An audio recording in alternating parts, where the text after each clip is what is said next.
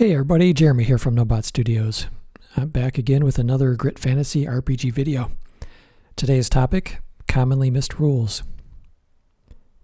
Now to start, I want to say that this video will probably be best suited for those who have either played or run games of Grit or have watched my previous videos, because I think the information that I'm going to cover today requires a little bit of prior experience with the system. Now, I've spent some time kind of writing down notes on this and kind of talking to Ryan, who has also run and played a lot of games of Grit.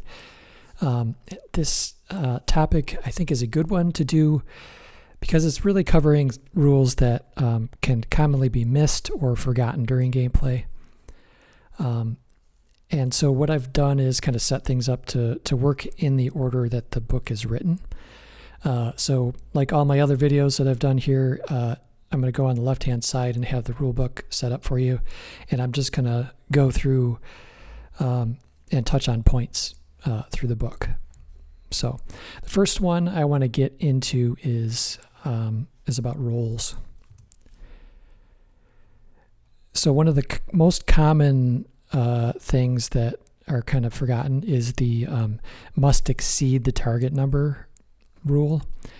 So with static rolls where you're rolling your d12 plus your aspect value and rolling against one of the four difficulties listed here, easy, average, hard, or absurd, it's not a meet or beat, it's a exceed that succeeds in that. If you tie with a target number, it's just a stalemate, like nothing really happens unless you're in combat. That's the only thing. There's this little small rule that says that it does 1 damage to each of the opponents if there's a tie in combat, if there's like an opposed roll made. Okay. And again, with this is just remembering the 3, 6, 9, and 12. So you need to beat those numbers for the roll to succeed. Okay. So it's not meet, it is beat, or exceed, rather. All right, moving forward here, we're going to get into some gear. Okay, so each character has 10 slots of gear. All of those gear slots are considered to be equipped. So you have access to every single thing that you have written down on your character sheet. There's nothing that's stowed away or in some kind of way not usable. So just remember that you can access everything, okay? And then kind of scrolling down a little bit to the gear info, I want to kind of point out some things here, especially with the single-use items, okay? So the single-use item, if it has an SU in brackets, that means it's single-use. That means you use that item once and it is done. And then right next to it, in this instance in particular with these torches, there's 2 of those torches, okay? And this is taking up 1 gear slot. Okay, so when you use these items, these single-use items, and there's like multiples, don't forget to take the value that's written down. So if you use 1 torch and you had 2, you now have 1. So that's one that's frequently forgotten, just to keep track of that on your character sheet. Okay. Another one is that it's about kits. Okay. So kits are basically just a collection of usually like 3 items that do specific things. Some of them are maybe single use. Often most of them are not.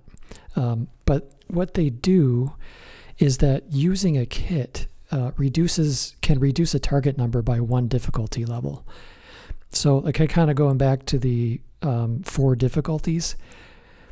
So let's say you have a lockpick kit and you need to use this kit, or you decide to use this kit, and it would normally be like a hard roll for you. It is now average. Okay. So kits are going to work in that way. They just give you that little extra bonus, basically, to try to attempt those kinds of things that they relate to. Okay. Okay, moving on to the next page is food and potions. All right. Now, food and potions do not take an action to consume. They are considered to consume them, they're a free action. So on your turn, you have one free action that you could do, and food and potions are one of those things that you could consume as part of that. So don't forget that if you have food and potions written down on your character sheet, they are like a free action to use. You can't use multiples on the same turn, but just one per turn, but they don't take up your action. So you could down a potion and go and make an attack or do some other thing in the game for your turn. Okay. So that's food and potions. And now we're going to go into combat. All right. So combat. There's a number of things in here that need a little bit of going over. Okay. So combat is basically allows you, it's done in a series of rounds where each participant, including the GM, gets a turn. Okay.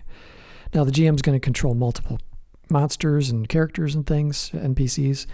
Of course, the players only have one usually. But on your turn as a player, you could take one action or one reaction. It's not both. So you get one or the other.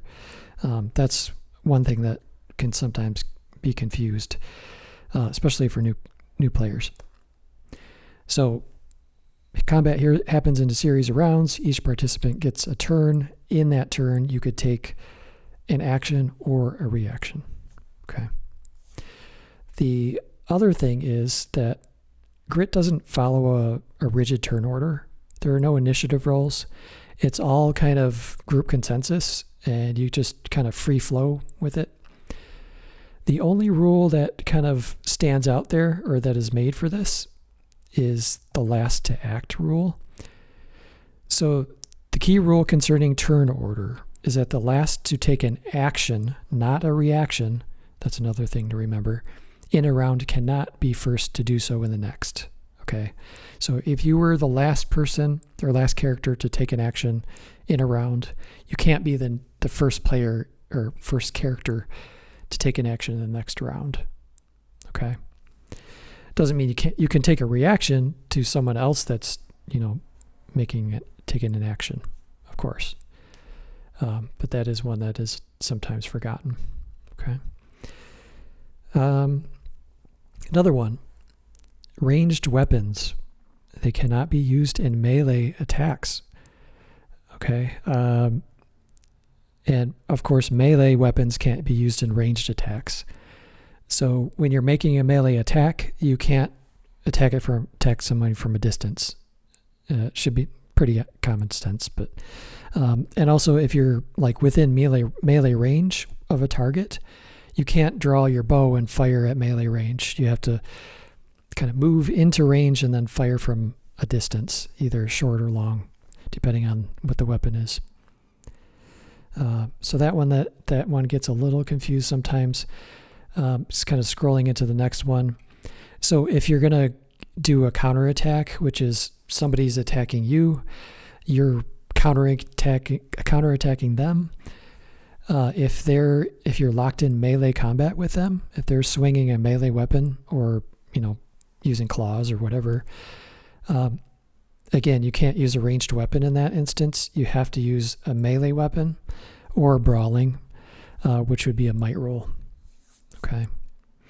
Now the same thing goes with ranged weapon counterattacks. So if you get attacked by a weapon at range, let's say they're firing a bow at you and you have a bow, you can return fire as a counterattack, and that would be a prowess roll against them. Okay. Now you couldn't draw your sword and attack because you're not in range. All right. Another thing too to remember is that you have to be You have to be aware of the attack happening to you to make a counterattack. Okay. All right. Another one is flanking. This can be potentially very deadly in combat. So what happens is, and I've gone over this before in other videos, but this can be forgotten. So let's say you have your character kind of in the middle of the map, and there's multiple goblins attacking you. Let's say you're surrounded by 3 of them, and they're all attacking you. The first one that attacks you and you have an exchange with does not get a flanking bonus, but the other ones do. And what happens there is, because you don't have a reaction to take, their attacks are just made against you as easy rolls. So what that means is that they're going to hit you easier and they're going to do more damage. Okay, so be aware of flanking. Also, conversely, you can use this to your advantage in a group to team up on a monster or an opponent, So you can have one character initiate melee with a monster, and then another character comes in, and, if that monster does not have any reactions left, you're just making an easy attack against them. Okay? That's a pretty simple one, but sometimes can get forgotten. All right. Yeah, and I'm going to cover taking the hit too, because that is an option that if you get attacked either ranged or melee, you can decide to just take the hit, and they will make an attack against a static target number against you. And what that does is it frees up your action, if you have one left, to do something else in the round, later in the round. Okay, so that's why you would do the taking the hit thing. It frees up your actions, because if you make a reaction, you only get one action or reaction. So if you make a reaction, you've taken your turn for the round. Can't do anything else. Okay. All right. Let's keep moving here. Next page. Okay, so there are different types of damage that happen in Grit, but I want to kind of go over a couple as they relate to focus dice. Okay, so some artifacts and items will do either fixed damage, which means they do just a single value to the target, or they do straight damage, which is a single die roll against a target. Fixed damage could be a range between 1 and 3 or 1 and 4. Straight damage could be anywhere between D4, D12 usually. So what you do with that, like if you have, let's say, I think Gnomish boomsticks, it's a prowess roll to throw it because it's a ranged weapon. So you can use a focus die to make that attack roll, but because it does straight damage, you can't add a focus die to that straight damage. Okay, I think they do D10 damage. So in the instance of Gnomish boomstick, you would make a prowess roll to throw it. If you're successful, then you would roll a D10 for damage, but you can't add a focus die to the damage itself. Okay, so that's one thing that does get missed or forgotten. All right, let's move into armor and shields. One thing to remember with this is that worn armor usually has a prowess penalty. So if you find or somehow acquire a suit of armor, or if you choose one for your character, make sure to adjust your prowess for the penalty that's given with that armor. Okay, so like light armor is going to be a -1 prowess. So if you have 2 prowess and you put on light armor, your prowess is now plus 1 instead of +2. Okay, so keep that in mind, especially if you pull up something for loot and you are instantly changing your armor. Now remember, you can only have 1 suit of armor. So if you find another suit of armor and you already have one, you're going to have to ditch what you have, give it to an ally or something. Okay. Another one too is that shields can be sacrificed to negate all damage from a single incoming attack. Okay, that's one thing that's kind of forgotten sometimes. Shields are great. They give you 1 soak, and they also have this sacrifice ability. So in a pinch, if you get really hammered with some kind of attack or something doing damage to you, you can just sacrifice the shield and you don't take damage. Okay. So that's a good one to remember. All right, let's move into combat potentialities. Just 1 or 2 on here I want to bring up, and the big one is brawling. Okay, brawling is just anything that is like punching, kicking, headbutting, biting, whatever, picture a tavern brawl. Okay, all the stuff that's happening there is going to be brawling.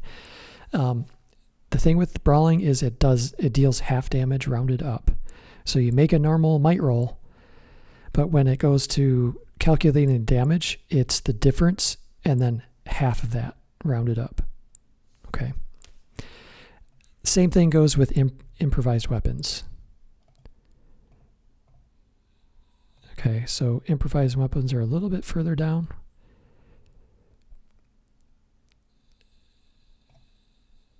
And that's basically the same thing. So if you're taking a non-weapon object like a broomstick or a table or a chair or a mug or something,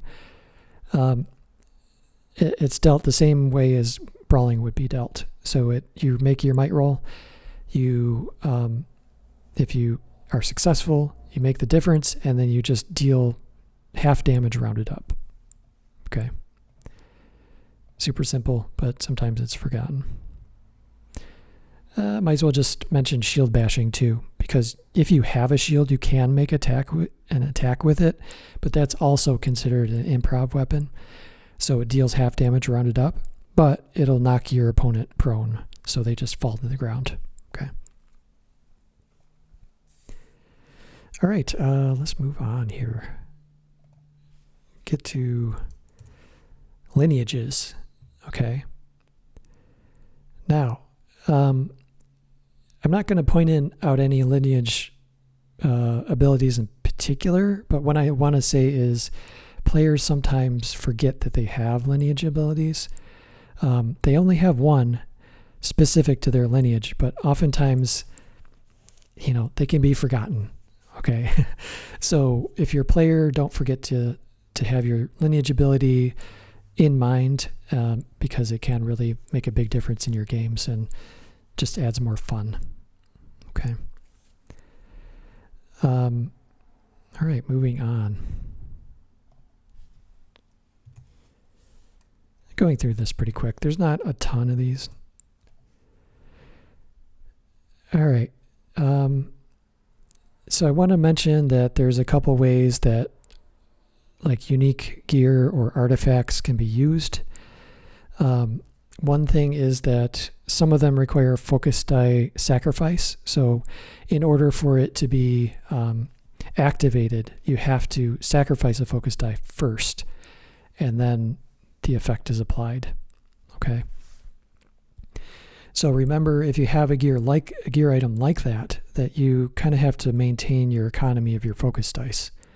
Okay, you have to remember to keep some for use with that item. Another thing too is that if an artifact has an aspect listed with it, that means that it requires an aspect roll of a particular kind to activate that. So if we looked at let's say Vine Staff at the bottom here, perfect example. So it's got a C in parentheses. That means it requires a command roll to activate. So this just doesn't happen. On your turn, basically you make a command roll. If it's successful, that will be against a static target number, easy, average, hard, or absurd. given to you by the GM. Usually it's average. And then if that's successful, then you basically, this thing happens. So with the vine staff, you're just summoning a mass of vines that just happen within short range. Okay. And they grapple targets, and then the targets have to struggle to break free. So it's kind of a defensive attack kind of thing. So a lot of items will kind of work like that. Another thing, if I go into like Druidic Ruins, number 7, it's not ruins, it's runes. It's a single-use item, like I mentioned before. It takes a command roll to activate them, and you have 3 of those. So just to read this, it says it includes 1 rune of stone, water, and wood. When activated, choose the magical effect that will occur within short range. So with this, you would make a command roll. If it's successful, that effect applies, and then you would reduce the value from 3 to 2. Okay. As a GM, I do not, if it's not successful, I allow the player to keep the item that's single use, just because it's more fun that way. If they didn't activate it, it's not going to fall apart or disappear or something, unless it's written in the rules of the item. Okay. All right, let's get into the GM section a little bit. Just got a few left in there. All right. One thing I just want to say, and I did a whole video on the Mighty D4. Don't forget, if you're a GM, don't forget the Mighty D4. It's super helpful. Like you could use it for so many things. And it's just basically used to answer questions that come up that will have a binary answer. So just kind of looking through these first little chart here, or table. Like 1 and 2 is bad, 3 and 4 is good. And then there's just like a list, lost, found, broken, intact, weak, strong, drop, retain, that kind of thing. So there's all kinds of things that can come up in your games that require having an answer for players. And instead of having your notes written down on everything, you can just use this and have answers for them quickly. Another way you can do this is if you are having a hard time figuring out what kind of target number to set, what kind of difficulty an action is going to be for a character, you can simply roll the Mighty D4, and that will give you the target number. Okay, so if you roll like a 2, it would be average. Or if you roll a 4, it's absurd. So super easy. But one that I want to keep emphasizing, that Mighty D4 is great. So use it if you can. All right, next one is the first line here. Skip the armor for monsters. Okay, so if you're running monsters, you may be tempted to kind of give them armor to give them soak and increase their durability, make them last longer. One thing that I have found, this isn't useful. What you want to do is just add more grit. You can add more grit on the fly and make them more durable. You don't have to worry about having armor and dealing with soak coming in. Just one more calculation that you don't have to worry about. So don't bother with armor, just add grit. Another thing I want to do to add to that is that you can adjust grit right on the spot. So always remember, the grit can be a little fluid for your monsters. So you can tailor those numbers, and I would go by divisions of 5, right? You can tailor their grit right on the spot to kind of make it challenging for the characters. If you feel like a monster is just like way too powerful and hard, and you kind of want to maybe speed things up or just make that challenge a little bit more balanced, you can just drop the grit a little bit. Okay, I do that all the time. So something to keep in mind. Another thing too is if you have a lot of monsters planned, it can be a really difficult thing to keep track of a lot of things. So if you're going to put a lot of things in, a lot of monsters in, like reduce it each one and just have them have 1 grit each. So they're just a 1 hit and done. That way you can introduce these monsters quickly and they feel like there's a lot of them, but it's not overwhelming the characters because, they start getting 5 or 10 grit. That's pretty substantial and likely that it will be a problem for characters unless you have a lot of characters in the game. And grid is really run best between 1 and 4 characters, I would say. 3 is the sweet spot for me. So anyway, I want to mention that too. All right, moving on. This is in the optional rules. One thing I wanted to add here is, or just to mention, is that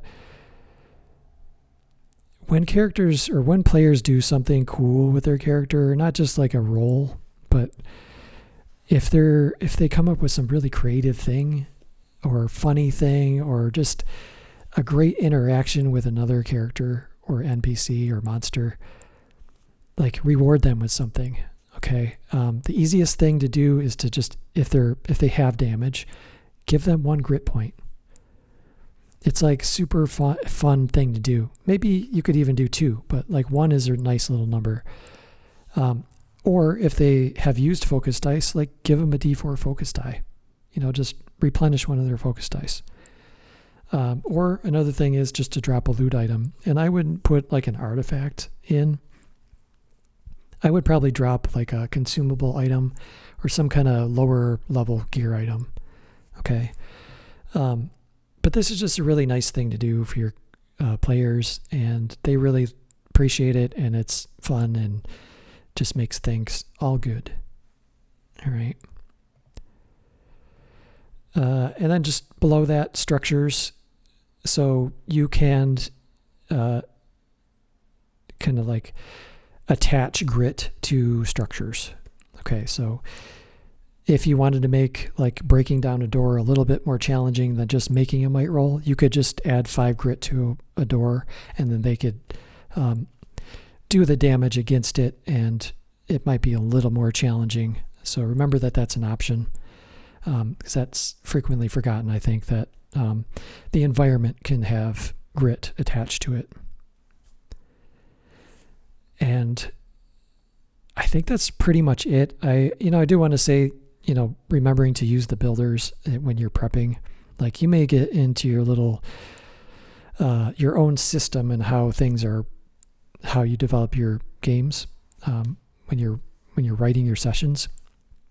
Just don't forget the builders.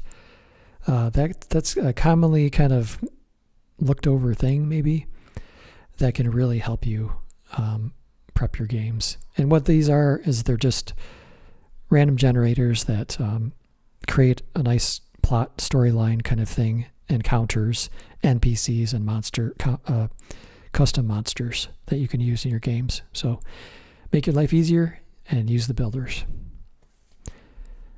Okay, I think that is all that I had on my list to cover. There may be other things that come up over time, but those are the main things that I've noticed that either get missed or forgotten during games. So I wanted to bring those up and just kind of go through them with you a little bit. And yeah, that's all I had to say about that, really. So I hope you are all well out there and enjoying your games, and I will see you next time with the next video. I'm getting close to sort of wrapping up this Grit Fantasy RPG series, I think.